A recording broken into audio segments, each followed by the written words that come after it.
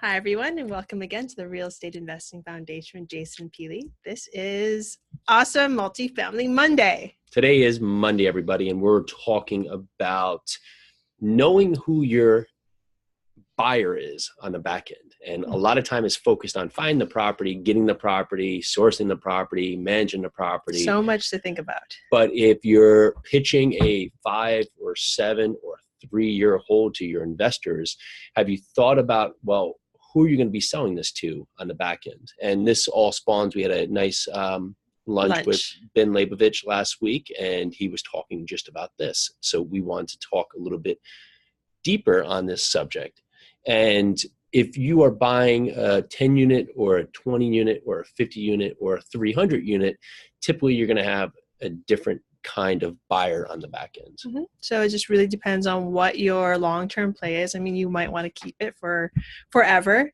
But if you're not and you're going to go and take care of the property in 3 to 5 to 7 to 10 years, think about this. Think about who your end buyer is going to be in that time.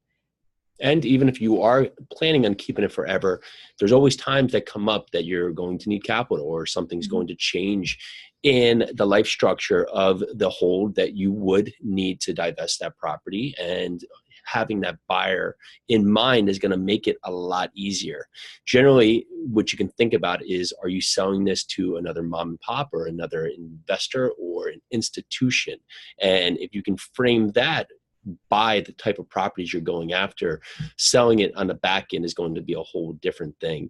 Typically, when you're selling it to another investor, even if they are running the numbers, they're still looking at the per unit price.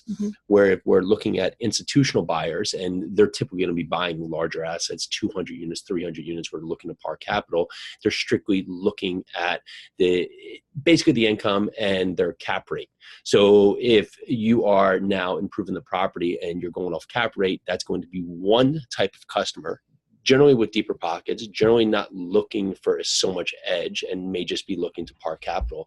However, if you are going after a smaller asset, 75 units, 12 units, 20 units, well, that buyer may be a doctor who's looking to just put some money in place, or another investor, as many of us are right now that aren't on the institutional side.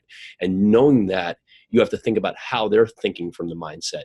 When we're going at it here too, we're looking at the same thing. We're looking at where we can get it at, what we can improve the property at, what we can make in the property, but we're still looking at a per unit basis. And that per unit basis is not going to say it's not important to the institutional buyer, but that might not be their prime focus.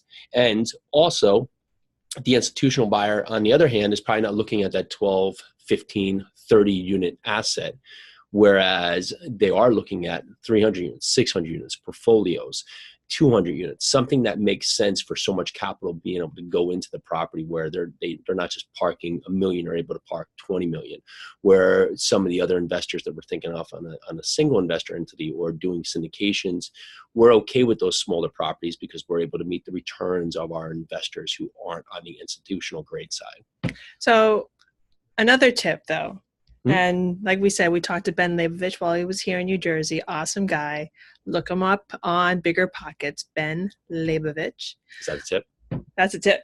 You should look up Ben. He's a great guy to get in contact with, to connect with. But the tip is, you find out one of these bigger investors are in your neighborhood, or even any investors in your neighborhood, and they're having classes, and maybe you can't make the classes.